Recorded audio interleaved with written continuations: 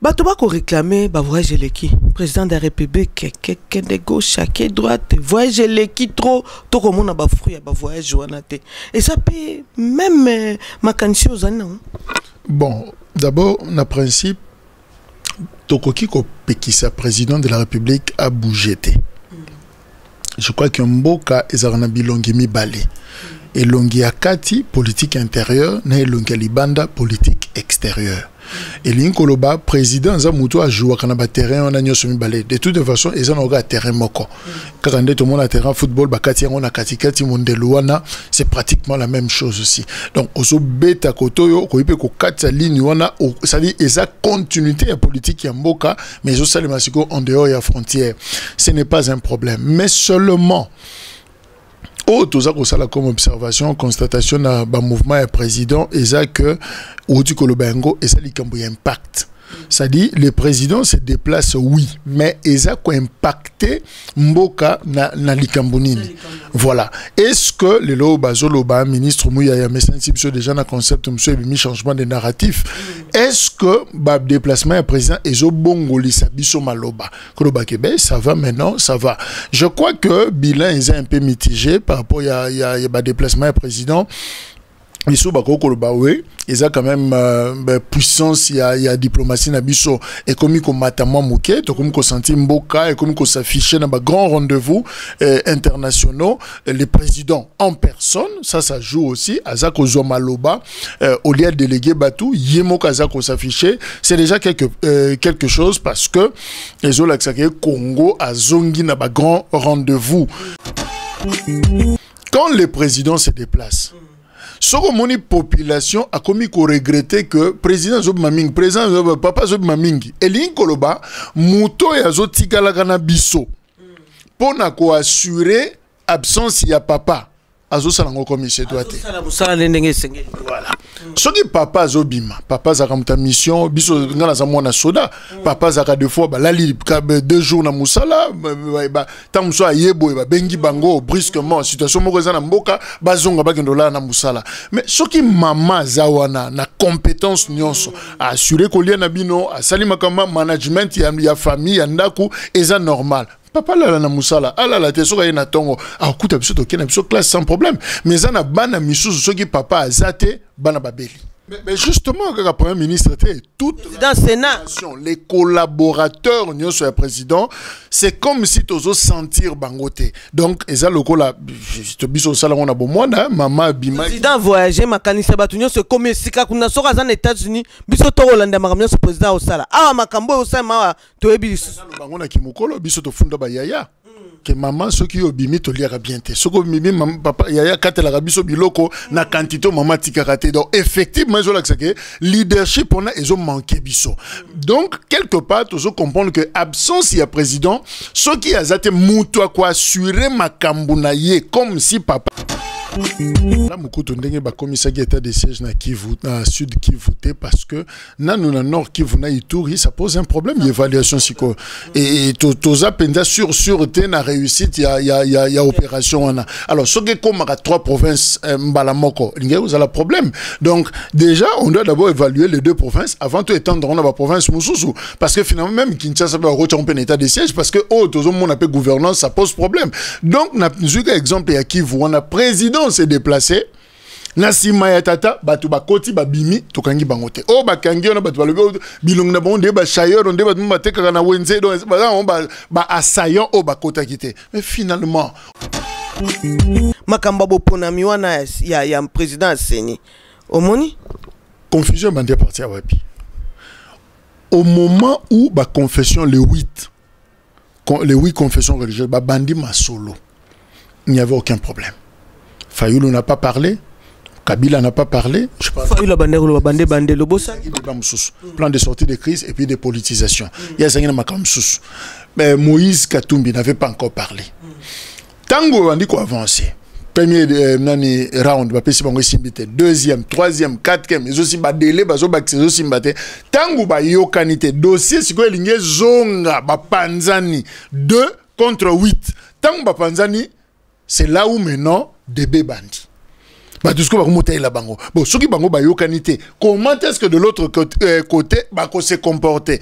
Dodo Kamba a kenawe ya rapport PV. Catholique protestant à Kepenaoya Bango, rapport PV. Maintenant, Miso va te changer de direction. Et comme ce qu'on a Mbosso. On verra maintenant comment Mbosso va se comporter. On verra maintenant comment. En fait, en réalité, vide wana, passe wana, il y a des ordres d'autres côtés. Et où tu pas la confession religieuse? Et c'est les combats pangou c'est longité, maman. Total en face, ils ont été incapables. Ils le savaient très bien. Que ceux qui biso to kokite ko surmonter likambo. Naturellement, Mbosso, on sait pourquoi il est là. Tout ça l'assemblée. Tu es bien que Mbosso a outagi. Mbosso a na yete, na jeu, na terrain. Via faire na ban. Janine Mabunda Longo. Il fallait trouver quelqu'un parce que c'est du terrain politique qu'il s'agit. Oyo a qu'à défendre le mieux. Même avec commission Bachaki Nesika conduit par professeur Mbata. Professeur Mbata est mon copain Mouta IDPS. Au moins t'es déjà jouer ma bé. Bon, on va jouer sur d'elle. S'il faut que tu aies bu, tu as beaucoup de sans qu'il y ait la basket. Mais oui, il y a des raisonner d'engagement. Tu assures Namboso, il jouera mieux, jeune Abisso. Tu assures Nambata, Azamuto Namiso, à défendre le mieux, intérêt Nabisso. Évidemment, c'est comme ça qu'il continue. Ça, c'est le comportement des politiques. À ta peu, c'est l'impression que Ngana yo to yebanité, mais to yebani. Ce qui peut to yebanité, to yebanakak. Voilà. Donc, ça, c'est le comportement propre à un politicien. Balinga ko contrôler Nyons. Oyo Nyons, ce que ça, là, que beaucoup de Ezala, lui veut être là. Mais seulement, épiscope. Ce qui va se surpasser, ce qui va se mettre qui d'accord, ça allait peut-être compliquer le jeu de l'autre côté de l'Assemblée.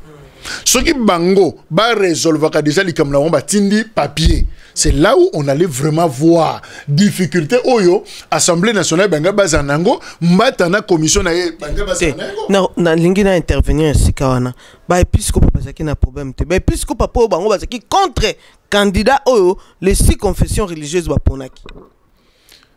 Ngala contre ou pas, naza kunate. Mon problème, charte et lobby, ce qui n'a consensus beaucoup qui trouvé un côté, beaucoup n'a vote. C'est-à-dire, mécanisme nyo se zalaki. Au lieu bo panzana, bo fungo la porte, bo bimana kanda, sonye mona na libanda, ils avaient tout un. Bango de pas ça sur conseil. Posant la discussion à libala, bo kepa épiscopal, non, makamanda ko sukananda ko bobo. Ils étaient incapables de robo moto. Il y a un niveau de discussion comment? Au niveau bafingana. Oui, mais biloko ba bimisa sur la place publique. Nazaraka wana eba bumaka mwinda. Osomon. Akangala biso minda, bengala biso pana ye, oya loba boy, oya bimisi ba secret, yo kutoliaka mbongo, yo ba korompa yo. Muto zo ba korompa, c'est un pasteur. Il a des âmes. Azana bato ya geraka. Yo kutu ba korompa, bato ba fingani na balabala. Yo chole yo koloba nini. Ce sont des pasteurs, s'il vous plaît.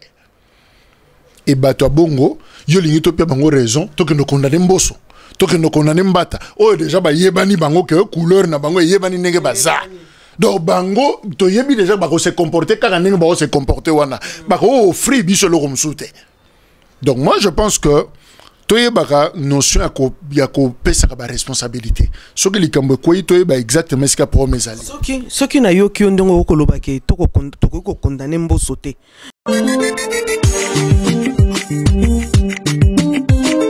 Salut fidèles internautes, Bandeko Balanda Kabiso partout dans le monde entier, partout et même précisément dans Montréal, na pesi mbote na Popon Digbo, na pesi mbote na libota mobimba yanga Brigitte na Montréal PKK, na pesi mbote na bao besoin na biso depuis Paris, Christelle Mbouibakanda, na pesi mbote puis na Lydie Mbouyi, na pesi mbote na Bruxelles et pas Dina Mbouyi et pas bienvenue Mokambila. Na pesi mbote pe na bao balinga Kabiso bakomela Kabiso bisika Bozami na pesi binombote depuis même Japon bakomela Kabiso depuis Hong Kong bakomela Kabiso bande comme ça congolais baza partout vraiment dans le monde entier na pesi binombote na bakomela Kabiso sepela ka ba émission na biso to pesi binombote. Alors bon mon message notre bela ka actualité na biso ndenge ezali koleka na mboka bino so bolandi voyage à président ndenge Salemi bato bazali ko se plaindre mingi ba voyage leki ebele est-ce que voyage on est boti ba fruit to boti ba fruit to ça moi analyse to la kaka makamonde le kanamboka mon konzamboka sa commune à Kinshasa nde ngwana na yambi o abiso ndeko Jacques Kalonji de pa yo pina ko balukana pour ko pesa. Bonjour Jacques. Bonjour maman Élise Mbot également, la bande de Konyo sur Mokili Mobimba, au bazo d'Abisu Siko na sepeli, ça fait beaucoup de temps, to kutani souté, et voilà. Le belé. Les belé makasi, nzamba salibiso ngoluana, tout le monde a les sous sur la makamamboka, voilà, na sepeli. Merci beaucoup Jacques Kalonji, ndengepe kakato mesana, ko sala mo ba analyse wana, poza moko ba panzisango alobelaka au politique pote politique inde simbi mboka bato bako réclamer ba voyage leki président de la république que de gauche que droite voyage leki trop to komona ba fruit ba voyage wana te et ça peut même makanisi ozana. Bon, d'abord na principe tokoki ko pekisa président de la république a bougé te. Je crois que mboka ezarana bilongi mibale. Et longi akati politique intérieure na longi libanda politique extérieure. Et l'inkoloba président za muto a joué kana ba terrain on a nyoso mibale. De toute façon ils ont un terrain moko. Quand on est tout le monde a terrain football ba kati on a kati mondeluana, c'est pratiquement la même chose aussi. Donc oso beta kotoyo ko ipe ko kati ligne wana ça dit eza continuité à politique ya mboka mais zo salima siko en dehors ya frontière. Ce n'est pas un problème, mais seulement tout ça comme observation, constatation dans le mouvement et président, et ça que Outi Kolobengo et ça li impact. Ça dit le président se déplace oui, mais ça quoi impacté mboka na likambonini. Voilà. Est-ce que le loba ministre Mouyaya Messensi déjà na concept monsieur mis changement de narratif. Est-ce que ba déplacement et président ezo bongo lisa biso maloba. Koloba Québec ça va maintenant, ça va. Je crois que bilan est un peu mitigé par rapport à ba déplacement et président. Biso bako koloba we eza quand même puissance il y a diplomatie na biso et comme ko matama muke to comme ko sentir mboka et comme ko s'afficher dans ba grand rendez-vous internationaux les présidents en personne ça joue aussi azako zomaloba au lieu de déléguer batu yemo kazako s'afficher c'est déjà quelque chose parce que les olaxake Congo azongi na ba grand rendez-vous et deuxième problème ezali et ça pose problème dans le moment où, quand le président se déplace, ce que la population a commis qu'on regretter que le président Zob Maming, président Papa Zob Maming, et l'inkoloba, Mouto et Azo Tikalakana Bisso, pour assurer absence ya papa. Azo salango comme il se doit être. Voilà. Ce qui papa zobima, papa zakamuta mission, biso ngana za mwana soda, papa zaka deux fois ba lali 2 jours na musala, ba tamso ayebo ba bengi bango brusquement situation moko za na mboka bazonga ba kendola na musala. Mais ce qui mama zawana na compétence nyonso a assurer ko lia na bino, a salima kama management ya famille ya ndaku eza normal. Papa là na musala ala la te soka na tongo a kuta biso to kena biso classe sans problème mais ça na bana misusu soki papa azate bana babeli.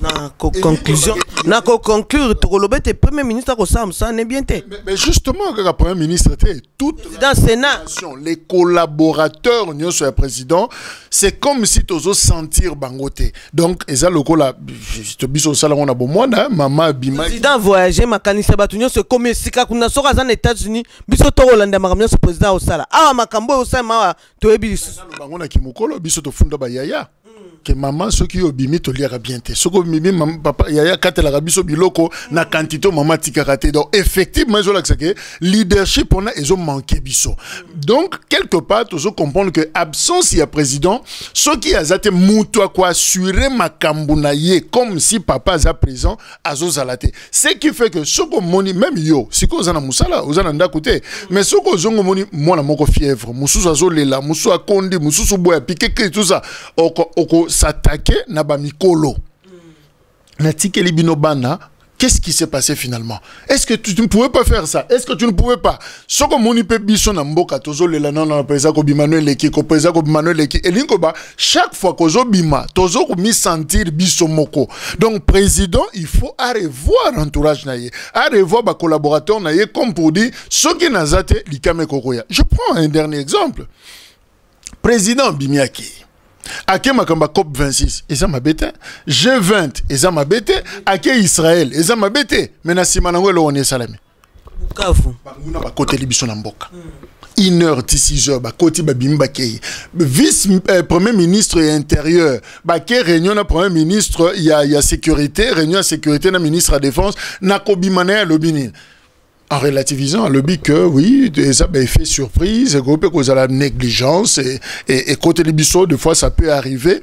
Parce que na yoka kete mingi bazai ko réclamer tango état de siège bandi pour na nini état de siège kaka côté Goma côté Baituri pourquoi pas côté Bukavu côté sud p basali état de siège té monter que c'est que le roi moi porte d'entrée Mala mukuto ndenge ba komisa ki état de siège na Kivu na sud Kivu té parce que na nord Kivu na Ituri ça pose un problème d'évaluation psycho et toza penda sur té na réussite il y a opération on a alors ce que comme à 3 provinces mbalamoko linga vous a le problème donc déjà on doit d'abord évaluer les 2 provinces avant tout étendre on a la province mususu parce que finalement même Kinshasa va retomber en état de siège parce que tozo mon appelle gouvernance ça pose problème donc na exemple ya Kivu on a président s'est déplacé na sima ya tata batu bakoti babimi tokangi bangote o bakangi ona batu balobi bilong na bonde ba chailleur onde batu bateka na wenze do ba assaillant o bakota kité mais finalement osoma ba genre blague wana mukolo mususu mama tozana 9 voisins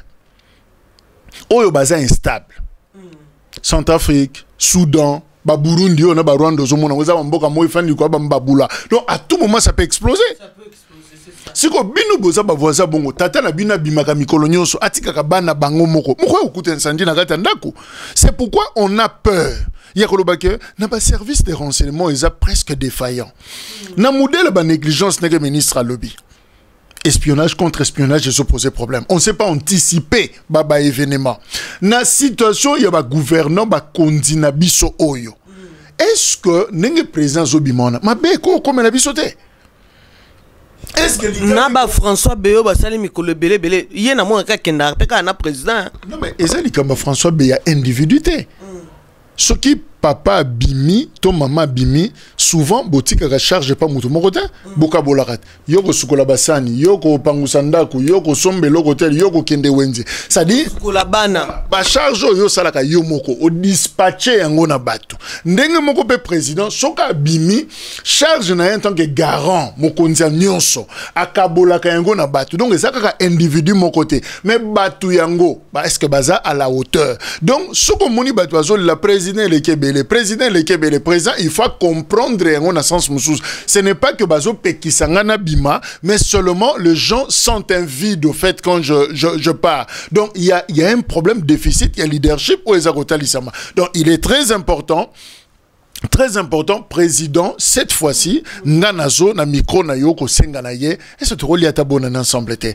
to lia Noël ensemble té to fan nanano esika moko pendant ce temps à la mise en place un mandataire atala ba service de sécurité et de renseignement atala ba frontière na biso atala en interne total entre biso na biso soko assure que j'ai vraiment des responsables autour de moi cette fois-là il peut se déplacer et poser biso problème té mais na lure oyo je crois que ça serait on a connu Maréchal Mobutu président de la République abela sérieusement ezalaki na contexte ya maladie ya président Mobutu tango nani prostate bandi akesoki Nice soki wap na France c'est ce qu'on l'a dit bien histoire na biso na période de wana 95 96 97 ndef de la banda makamnaï ils ont profité de la maladie ya président. Et ce que l'on dit histoire nabiso récente malamo romona c'est na période où on a honoré banda koma qui a ngona mikana na ye nde bolembu e kota ki na entourage à président ko soit ne kota ki na cercle ya Mobutu au fait trahison peut pas voilà batu ba panzanaki alors faiblesse wana président a quoi brusquement malade azui baté akotika général Mayele atikela eluki atikela nzimbi confusion conflit entre bangona bomba généraux et ba civil et ba militaire batozo kanate famille Mobutu yemoko problème conséquence tango yonanga toyebi afdel avançaka na vitesse moko ya na bo pété moins d'une année azaki déjà na Kabinda moins d'une année à sa côté na la voix d'Isaïe et bref chute ya maréchal et salemi parce que papa banda rebella donc Elin Kolobake quand le président a un problème avec son entourage et qu'il se déplace trop, na zongi son exemple à famille, na Katiandaku, il y a de quoi tout s'inquiéter. Il y a de quoi ma bé et kota na Katiandaku. Merci beaucoup Jacques Kalonge. Jacques, na habité oh eza moi peut-être et ko engagé nga moko analyse on a ko sala. Na habité Assemblée nationale. Na mokondi Assemblée nationale na batunaye na biyote moi nungu e kozala wana po ete boyokanye salemite na lenge wapi bango bache oyo to benga président ya seni et ko continuer kaka ye wana ba vandisi ba député oyo to bengi lokwa ba o ba ko représenter population bango nyonso batiki musala yo sengeka ko sala bango nyonso ba ke ko accompagner président de la ko soit président de la République dans l'aéroport omonite que moi eloko moko ko sala mana lenge sengelte na kati Assemblée nationale. Bon, pour la likambo ya accueil encore une fois ko kende ko yamba président ils ont m'abêté, d'autant plus que les députés que Baza constitué majorité. Ils ont majorité actuelle, il y a union sacrée, c'est-à-dire ils ont majorité et ça là déjà allégeance na président de la République. Donc Raza leader na bango. Men dialogue qui ont d'ailleurs bien. Nazana tina rosenga mutunzela te pour nous qui ne coupé sa mbote na muto Raza leader de la famille politique na biso. Je crois que Men avait déjà tranché. Ça ce n'est pas un problème. Mais sur le plan de la forme, ça et ça li beauté te. Il y a comme on a bango ba représentant na biso ba koti bango na bus. Oh bah ça na ba mituka na bango ba palisa des ana no sika donc vitesse on a tinji le ko koma. Fallait batika bomba kende bango moko me ko koti bango na bus ba fa na ba bamboé et il y a Transco. En fait na opinion et pesi image à propreté. Comme mille la moi caporalisation moko. On dirait ba chebino à laquelle le na mulongo et ba so comme mamina ne pe ba telemi ba so tala na aéroport. Je crois que yangonde zo pesa moi bien té na mitu ya bato mais en soi il y a pas une organisation na bango te pe muta forcer bango. Kanaki so babaki mutamta ke na mutuka na ba motard baza ba accompagner bango PCR tin aéroport embouteillage ça la tête mutokanga bango nzela azate. Bon peut-être qu'ils se sont dit pour des raisons d'organisation nane président Mbole Makolo mituka ko chalo yenge tout ça moya ko zonge ko zalate ba kende ensemble pour zonge ensemble ça y a pas de problème mais question d'organisation et ça na problème té mais au moni biso tout ça ba nostalgique tout ça ba to vivant na dictature il y a maréchal to yebi biloko zalaka conseil législatif conseil exécutif na conseil judiciaire c'est-à-dire et ça là les trois pouvoirs il y a Mboka sous Mobutu tant bazo bengango conseil to yebi ndenge Mobutu ando gérer bango siko bako balongwa conseil bako ma pouvoir législatif pouvoir judiciaire pouvoir exécutif mais on dirait esprit à qui pouvoir dans nos quotidiens ça je crois que c'est un autre débat pour la likamotali seni bon ce qui est vrai hein bitumba seni est bitumba politique. En politique on ne se fait pas des cadeaux.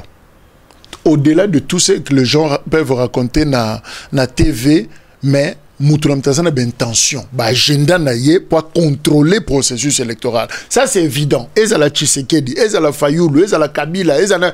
En fait, eze siko yo bazwaka bokonzi. Eze sika yo bakoma kabakonzi. Donc ils en ont besoin. Bazana besoin clé wana, bazana besoin contrôle wana. Donc je pense que Moutou akoko boye la bango azate.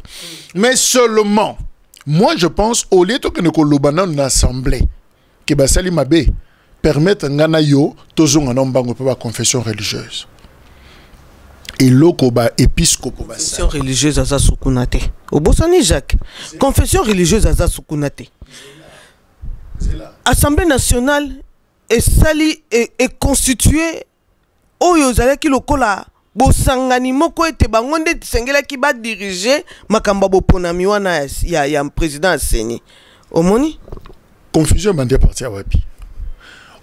Au moment où la confession, les 8 confessions religieuses, bandi ma solo, il n'y avait aucun problème.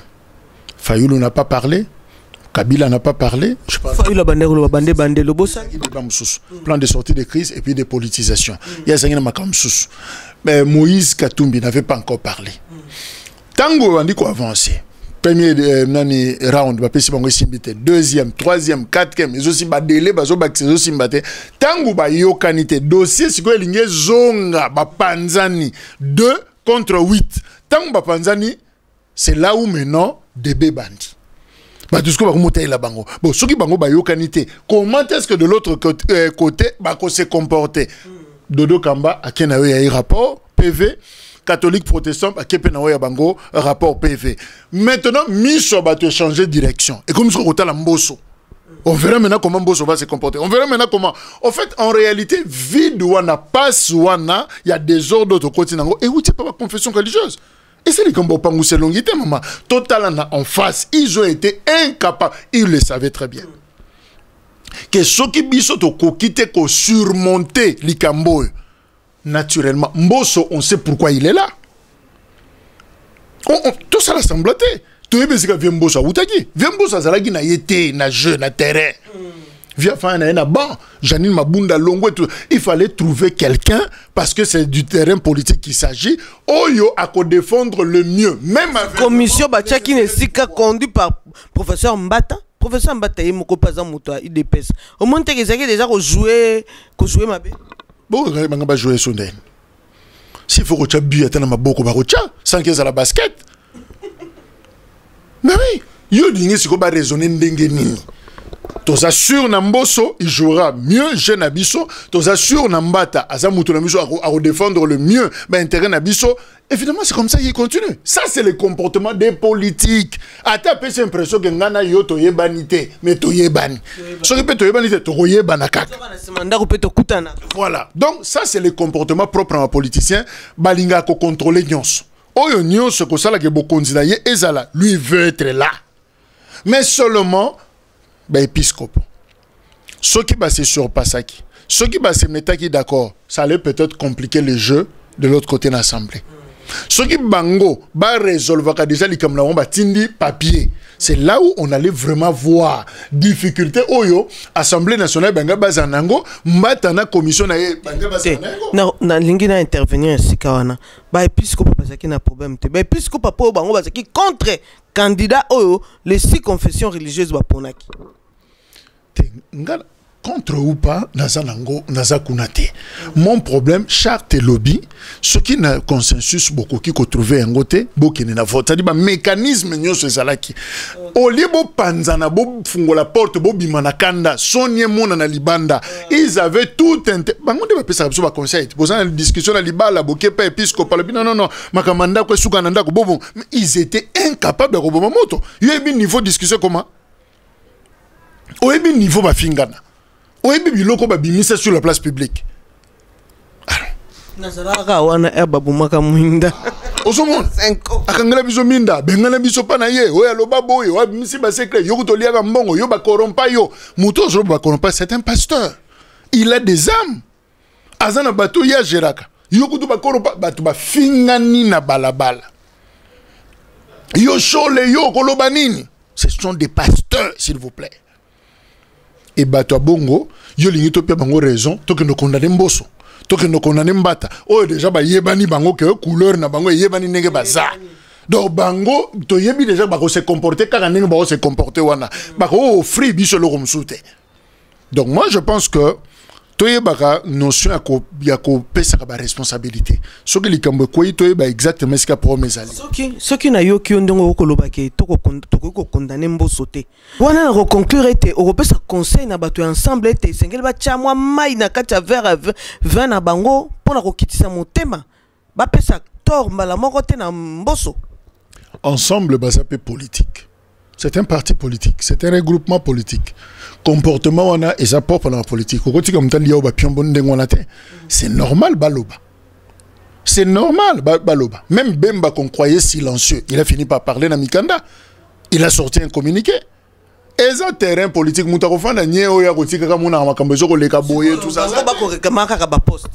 mais normal. On fait la politique pour les positionnements, justement, le pouvoir. Et le pouvoir, ils ont un échelon, ils ont un degré différent. Ce qui des choses ont contrôlé Séné, vous avez suffisamment de Séné. Sûrement, ça va, et qu'on permette, nous, vous en avons garantie. Moïse Katumbi a géré ensemble. Azana ba plateforme est belée. Ce qui vous pied poste.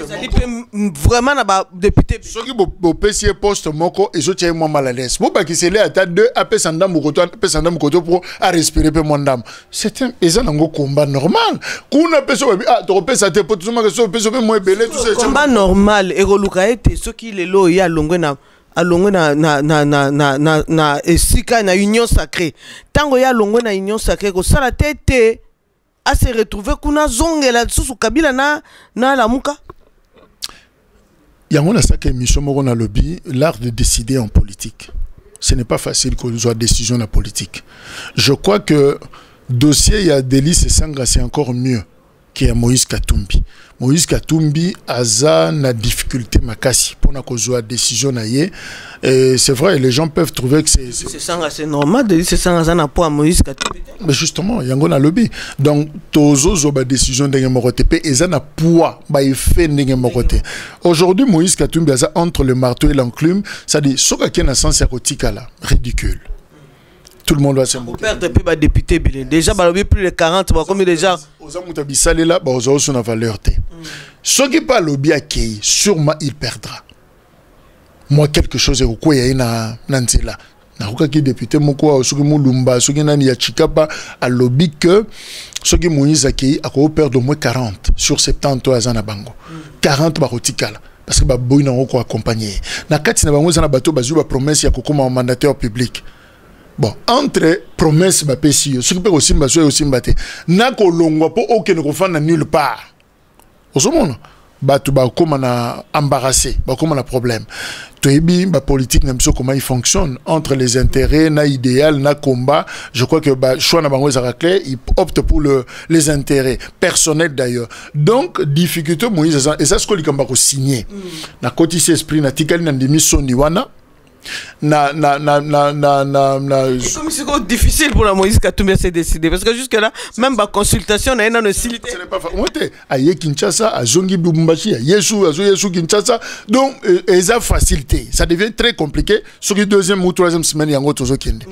Donc ce qui n'a bimi na reperdre pratiquement la moitié ya groupe nanga. Donc et ça ba risque politique oyo aza obligé à jouer pour na idéal oyo moko yebi. S'il trouve que parti et qu'on rendre beaucoup plus efficace, tant mieux. Ce qui restait et qu'on rendre beaucoup plus efficace, et ça bien, mais seulement et ça la conseille à ma bête. Et ça la teke ba entourage na ye, ba tunaye, ba lingi ba tia une situation moko inconfortabilité ou eko compliqué. Ce qui peut abimina sola qui na cadre moko ya ensemble à lobby bon. Kosangana Kabila les mois passés. Pour na bango balobi FCC bazan na image à bien te na population na opinion et bazan na bango il faut ba tout bela ba mi sukola nanu pour ba bongisa voilà terme ba bongisa na opinion. Deuxièmement aye koloba pour na force politique et sociale et salemi boba ben un bloc patriotique na ba Martin Fayulu balobi kuna nanoté mais bazo tale la nano ba évêque bien que signature et c'est là que déjà Papi Mbaki a signé qui n'a compte ensemble pour la République. Donc aujourd'hui que c'est quelqu'un azo koto décision mais il est encore hésitant sur sa destination. Ce qui n'a longue kuna na rokende wapi. Donc je crois que il y a un moment na outi koloba awa d'entrée de jeu que ce n'est pas facile pour na Katumbi a joué décision parce que a devant deux réalités. Réalité liboso et sa base. Base ya Katumbi baza d'accord kakende. Deuxième réalité, le cadre. Bakambi cadre bakonzi ya mouvement na ye mingi baza tantôt plus tôt. Siko entre ko sepeli sa base na ko sepeli sa base décideur bato fanda kana bango zokana bango ba décision asala ndengeni ça dit il faut vouloir contenter tout le monde des deux côtés et on dit même consultation où ça paraissait simple mais ça devient compliqué. Voilà. Ils ont vraiment temps pour na ko réfléchir parce que ce n'est pas une décision facile à prendre. Merci Jacques pour nous aussi ça na ninga kina na tunayo critique ni ozana ngolelo yo boyokania lamuka topé Martin Fayulu na FCC à Kabila au moins était que faire perdre Martin Fayulu connotation to image moko to saki na opona. Bon, je crois que Martin Fayulu to la moka ba ko la victime ba déclaration ya bango moko et ça qui makasi mingi sur Kabila. Oui, Martin Fayulu a loba makasi pona Kabila.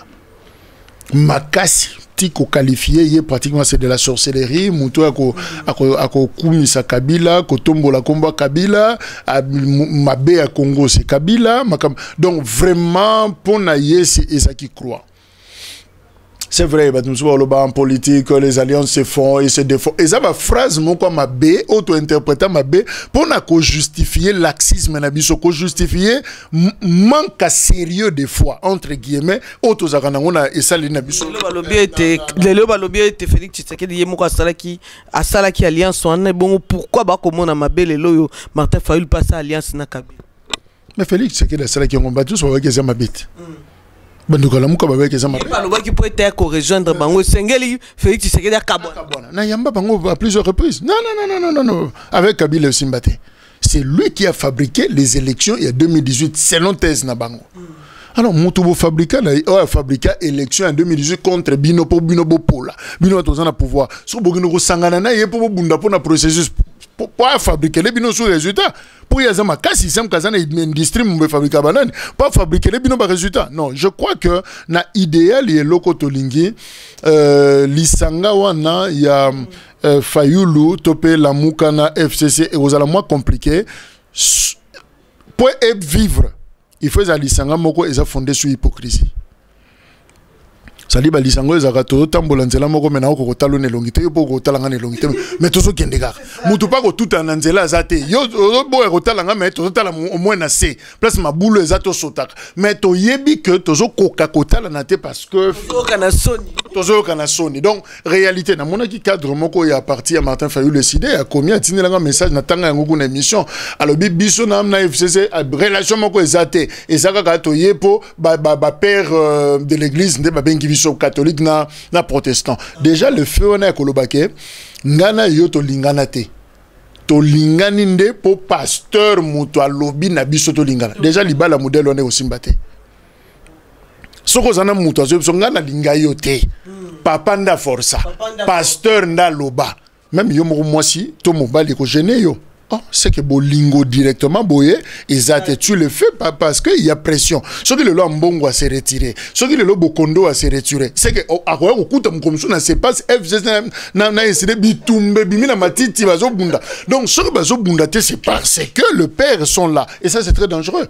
Bolingo modèle on a ezana longue vite. Donc il faut que bangela yango effectivement ngapende na fona na zo bangela yango parce que je sens qu'il y a pas de sincérité même sur yambi on a plateau so bazo bois qu'il na ba jeton pas bois qui mais tous à la race comme pas bois qui tous à sika moko bon muta ma charge en nyonso c'est le on a marché cause à la repousser to parce que union sacré paye ko cha et ko landa bango na ma c'est un problème je crois que na kati structure wana c'est plus Fayulu nda zo mona na makasi na niveau FCC moi il me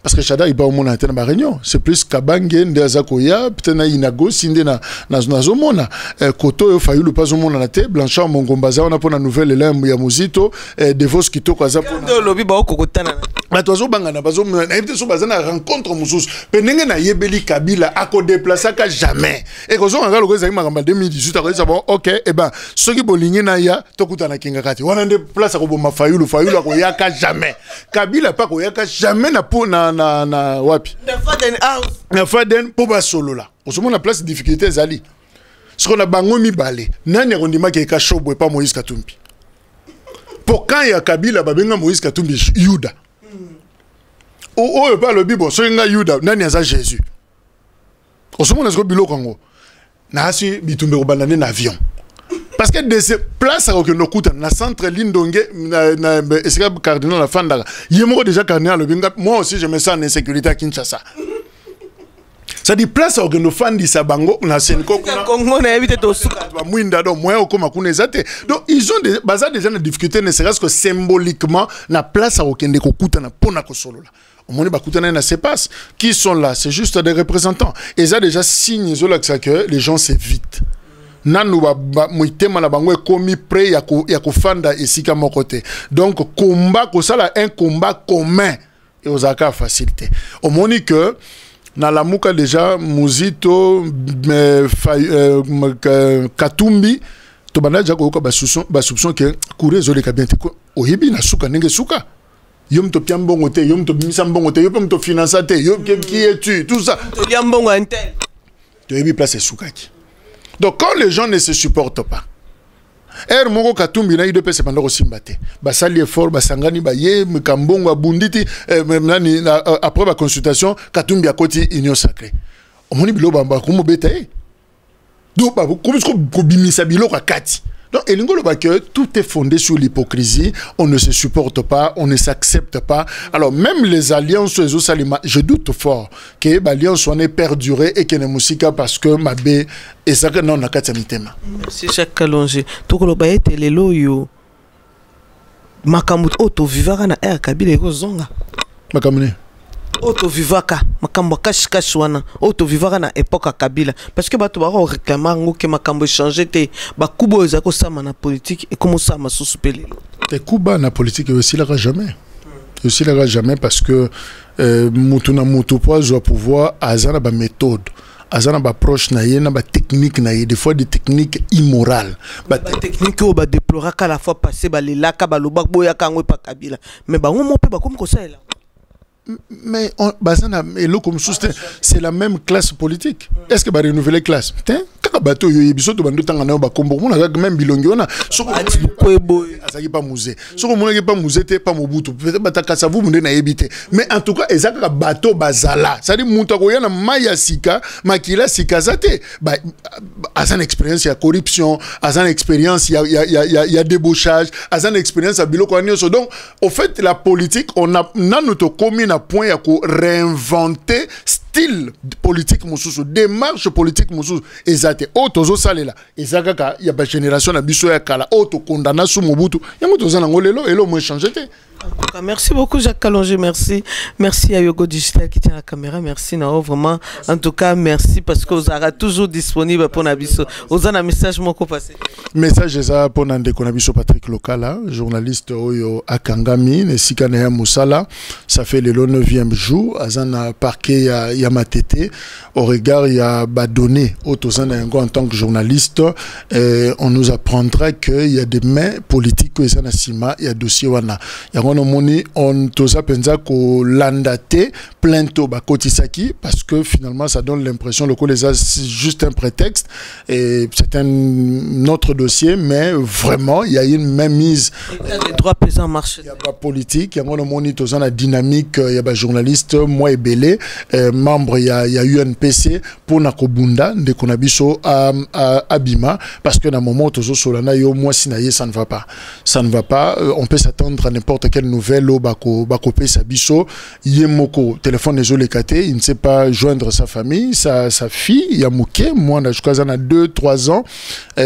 gravement malade d'ailleurs. Alors maman aza déjà na situation moko mabe critique moi na lisu sa muke bon ye azana ndekwa wate na Kinshasa qui va s'occuper na famille on a biso toza batamisala de temps en temps tozana yo na ville tozoko zunguluke tozo baluka muta okene ko fanda na libota na ye azate. Alors tout peut arriver ce qui tozolo balikamba papa ce qui papa zali même si a yena mbongo ebelete mais je crois que sa présence est quoi apaiser quand même situation na kati ya famille mais quand on le retient comme ça 9 jours sans résoudre balate ce qui kasi makala ba même na makala alors ba garder wana kasho yango oyebi yango so komiona 2 minutes ezebelo ko telema on a te okwa na solo o ezana na environnement wana donc état de droit au tolela ki biso so to ganga ki to mona ngo marche eza idéal je crois que tolobi yango tozo blukande to tendre vers yango mais présentement parce que eloko makasi po ezo moni sabiso mabena dossier local à ezali la façon de faire les choses la forme mutoaza na bureau ndenge yoza na bureau na yo ozo bimoso zukata crédit ya walibanda po banda kokoma ba article na yo c'est à partir de là au moni batuna ba moto ba ye ba bloquer yo ba kati bilamba nyonso ba tomboli ba matio na moto al ba kena yo porte-monnaie quoi veste to ko kuta ona mabele quoi nte na likambango nini kasasali rapport à IGF bimi na komba local na kati problème nini bukangalonzo boki na kati. Alors c'est quoi le problème finalement ce que c'est un jeu ce que ce qui est diffamation ce qui est imputation dommageable mais moi je crois que il y a une invitation ce que sali mabe to côté là tu ko non de que tu as mal agi tu dois répondre à l'invitation et belango ba journaliste des fois bazaso bazuli kamba eko la biso même ba communicateur ko to yambaka ande ko na leka une émission na yo tala ba komelinga invitation moko na justice il faut na ke na lobaki mabe OK Kende ko répondre, ce n'est qu'une invitation à qui m'a raté. Soki accueilli, peut-être que à défendre Kanaye et puis à Kobima. Mais likamba ko toka kamuto et bin sota muto te. Et puis plaignant nani muta porter plainte za nani. Journaliste. Nani mendekonabiso Joseph Kazadi. Tango bozo tombola muto. Soki azana nzoto na ye déjà sana maladie azobela. Kande to fandia. Soki lokala tiko to fa bengi biso akufi. Je ne le souhaite pas. Yebisanga soto suka. Chebeya oyo nazwaka exemple ya Floribert Chebeya na Fidel Bazana ti ba rendez-vous ezopesamaka na siriko kuna na ipekini bakende okutana na la police nayebi te so Kabila yebaki nayebi soki premier ministre à l'époque azalaka informé na 2010 wana bato basali makambo na bango na ndenge komo tokokende kokunda mosusu pa jajija tosali boye en tout cas baye te, mais je ne pense pas que le président de la République sera sur place. Bakonzi bazaka. Kaka bango mo ba police na batona baye ba kelo ba osala. Mais tango elumbi solo epesi retour. Boche sachet boye ba kite que sachet ne ko boma moto. Bokangi catch boye monde ba bozo tourner clip. Bu moto akufi pe ya solo. Tala ndenge epesa tolé. Bato ba boma les deux experts en Nations Unies. Ba boma bakanga ba filma. Ba zone ba image. Personne ne pensait que cette affaire-là, c'est deux personnes que nous sommes en train de tuer quelque part dans les Kasaï et qu'on a un problème international. Mais tant que bomi et commis problème solo et panzadi. Admettons que nous avons fait un gana yo awa, le cas là a koufi. Maman, auto solo balelo. Et ça sonne dans la tête. Zali pe vice-président, journaliste. Salité qu'on risquait, elle a tabattu belé les lots. Les lots sont balobi kaka Floribert Chebeya to tchango na mutu ya régime Kabila zogina ni na kamwena sampu to tchango na mutu ya régime Kabila mais to keba na ba excès des ailes muso ba collaborateur parce que je suis à côté du chef, parce que ngana lobaka la langue du chef, parce que je suis de la tribu du chef, parce que je suis dans le cercle du chef. Non, Tomiko ça tes pouvoirs ici là ka ele kaka et après to kobanda ko tala na bo ene long et ça na batu muso à l'époque ya maréchal yé même 1 mètre repousse à la tête nzambe guta ko ça. On repousse à la tête. Mais les lots, ce sont des gens. Bazola tuna musapi yewan azoleka. Donc, tout tirer la leçon. Tout ça, le kola batu babo sanaka histoire. Tout tirer leçon. Nalo na ma bébé l'été parce que tout peut changer à tout moment. Ce qui est changé, ngayoyo na kote lema wapi. Tous à la tête mboka o soki régime changé et comme bando landa batu msumbangu te ezala yelo maman ndengeni est-ce que toko kuta na surtout sur mba conseil pa na yo tout ça est-ce que yo ka que depuis Joe Biden a commis président ba o lukisa batu ya o azaki bosona na président yakala o batu ba Obama bazo luka o batu soki ya muto ba tweet to ba na ko ba tweet à tout moment bazo luka bon non ils sont là bazo pèse expertise na bango pour l'avancement ya États-Unis d'Amérique. Oh ya biso ça va sur ote na kena poto mulo mtakatia o comment on fait na Gabon. Asala ta 12 na Gabon, a comment négocier neni ya rozon. On a tika 12 mapangu nanga mutu moka fandela yango. Mo kimela ginini. Akima ki po yebi ba mapangu na botola, basi ya bato azwa, bana ya bato aboma, biloko bato belé alongoli sa bato misala créer là bato problème naturellement sans que mutu landaye amata boato akimi. To éviter biloko wana. Nous voulons ce que régime ait changé. Effectivement mutu amtaza na place na ye, yo zagina non, moi je suis dans un conseiller en communication, il y a ex-président. OK, on a encore besoin de toi, il y a repé sa expertise na yo zagina non za conseiller technique, a conseiller bo. Mais ezateli kamba okimambangu. Donc excès des ailes, éthique à Kolandisaka ba journaliste. C'est vrai, la responsabilité est partagée. Bato bazola ndabso ba rupe koloba bino pe ba journaliste bolekisi.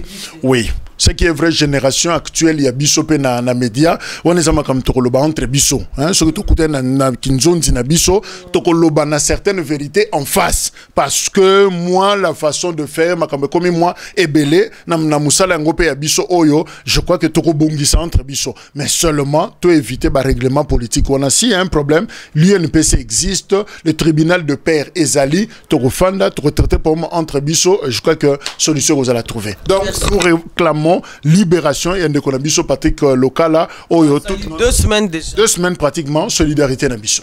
D'accord. Merci beaucoup Jacques Kalonji, merci na Yogo Digital Asimbe Caméra, je te dis encore merci, merci na équipe Mobimba ya Info Congo Masolo, grâce Numbi la Diva, toko pesa toujours merci Francine Kampuntu et puis famille Mobimba, Roy Mbouye sika ozomi en tout cas merci na opé pour être vous soutenir toujours Info Congo Masolo, merci na baonyo sobalinga kabiso pe balanda kabiso, merci na Aimé Kabouya. depuis Montréal aussi. Merci Poupon Digbo. Et moi, je vous dis au revoir. Nous allons nous revoir prochainement. Bye.